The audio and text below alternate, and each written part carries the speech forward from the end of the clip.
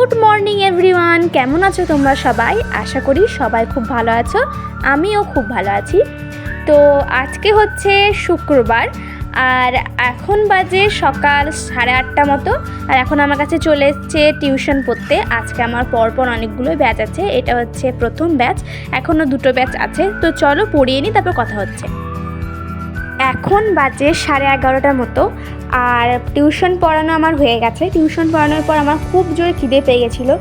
এখানে আজকে আমার মা করেছিল ঘুগনি, তো আমার মা বললো মানে ঘুগনি দিয়ে আমি ভাত খাচ্ছি। হ্যাঁ, তোমরা অনেকেই বলবে তুমি ঘুগনি দিয়ে এখানে ভাত খাচ্ছ। আমি ভাত দিয়ে সব কিছু খেতে পারি, মানে ভাত আমার এতটাই ভালো লাগে। তো সেই জন্য আমি ভাত নিয়ে নিয়েছি আর ঘুগনি নিয়ে নিয়েছি, আর তার সঙ্গে নিয়েছি আমের আচার। মানে এই আচারটা আমার বোন বানিয়েছে, তো এই আচারটা খুব সুন্দর হয়েছে। তো ভাত আর ঘুগনি দিয়ে ভাত খেলাম, আমি খেয়ে নিলাম ভাত। তারপর আমার বাড়িরই কিছু কাজ আছে, মানে পেট ভরে থাকলে সব কিছু শান্তি, মন শান্তি। তো এই জন্য আগে পেটটাকে ভরিয়ে নিলাম। তো আমার বাড়ির কিছু কাজ ছিল, ওই ঘর ঝাড় দেওয়া ছিল, ঘর ঝাড় দেওয়ার অনেকগুলো কাপড় ছিল, সেগুলো কাচবো। তো চলো খেয়ে নিই, তারপর দেখা হচ্ছে। খাওয়া দাওয়া হয়ে গেছে। আমি বললাম আমার ঘরে আজকে কিছু কাজ আছে, তো প্রথমেই আমি ঘরটাকে ভালোভাবে ঝাঁট দিয়ে নিচ্ছি, যেহেতু পড়তে এসেছিলো। আর দেখতেই পাচ্ছ চেয়ারে প্রচুর কাপড় আমার জমা হয়ে আছে, মানে আমার প্রোগ্রাম, তারপর অনেক কাজের জন্য আমি কাপড়গুলো কাচতে পারিনি। মানে আমি এত ব্যস্ত হয়ে পড়েছিলাম যে আমি জামা কাপড় পরতাম, টিউশন যেতাম, জামা কাপড় পরতাম, এসে ছেড়ে রেখে দিতাম। মানে আমার এত কাপড়, দেখতেই পাচ্ছ এখানে 1 বালতি কাপড় আমার জমা হয়েছে। তো চলো এই কাপড়গুলো একসঙ্গে কেচে নিই। এইদিকে আমার কাপড় কাচা হয়ে গেছে, বোনকে বললাম ছাদে কাপড়গুলো মিলে দিয়ে আসতে। তো আমার বোন এখন যাচ্ছে ছাদে কাপড় মিলতে। বোন তো গেল ছাদে কাপড় মিলতে। এদিকে দেখছি একটা কড়াই, খুন্তি আর একটা থালা পড়ে আছে, এই যে ভাত খেলাম ওই থালাটা। তো দেখলাম না ফেলে না রেখে এগুলো সব মেজে নিই। তো চলো এগুলো মেজে নিই, তারপর তোমাদের সঙ্গে কথা হচ্ছে।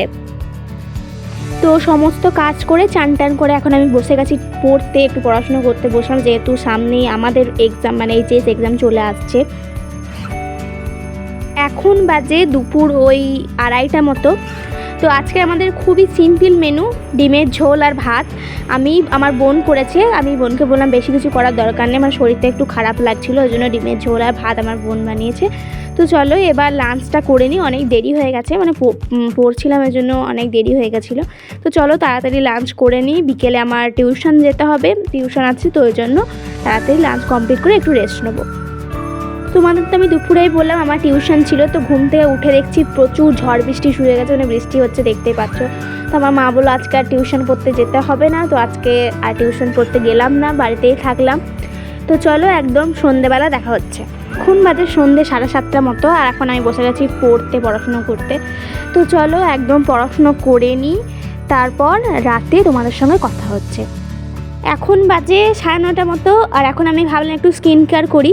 তো আমি ইউজ করি হিমালয়ার লেমন ফেস ওয়াশ, আর তার সঙ্গে ইউজ করি হচ্ছে অ্যালোভেরা জেল। মানে এটা আমি রাতে ইউজ করি, রাতে এটা এইগুলো মুখে অ্যাপ্লাই করে তারপর শুই। ফেসটা ক্লিন করি ওই হিমালয়ার লেমন ফেস ওয়াশ দিয়ে, আর তারপরে ইউজ করি ওই গোলাপ জল টোনারটা। আগে আমি মল থেকে অফারে এই ফেস ওয়াশটা কিনেছিলাম, যেটা তোমাদের এখন আমি দেখাচ্ছি। এইটা ইউজ করার পর মুখের আমার যাচ্ছে তাই অবস্থা হয়েছিল, পিম্পল বেরিয়ে এসব যাতা অবস্থা। তারপর আমি ডক্টর অ্যালিজের vitamin C face wash use করতে লাগলাম। তারপর মানে এটা ইউজ করার পর খুব একটা রেজাল্ট আমি দেখিনি আমার স্কিনে। তারপর আমি হিমালয়ার এখন এই ফেস ওয়াশটা ইউজ করছি এবং অনেকটাই ভালো রেজাল্ট দেখছি। এখন বাজে রাত্রি 10টা, এখন আমরা করব ডিনার। দুপুরের একটু ডিমের ঝোল ছিল, তার সঙ্গে আচার। আর মানে আমি মাকেই বললাম যে কিছু বানাতে হবে না, আমাদের কারোরই শরীরটা খুব একটা ভালো লাগছে না। আর তার সঙ্গে আলু ভাজা ছিল অল্প একটু। তো চলো ডিনার করে নিই, তারপর দেখা হচ্ছে। তো আজকে ভিডিওটা এতটা, সবাই ভালো থেকো, সুস্থ থেকো এবং আমার চ্যানেলটা সাবস্ক্রাইব করে আমার পাশে থেকো।